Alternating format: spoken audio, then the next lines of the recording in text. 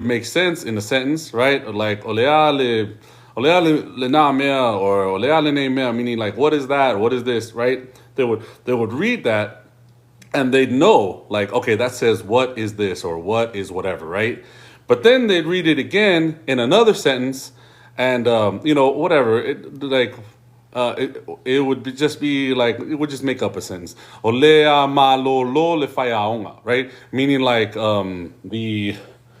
they're using these words, and they both mean the same things. Olea, meaning will. Like it's putting the future tense. It's putting the future tense on the verb of the sentence. So when you hear olea ma lo le faiaonga, I love Samoa. Been there many times. Greatest people in earth. You know what? All that does is like inflates our egos. So you don't want to tell us that too much because we already think we are. So how long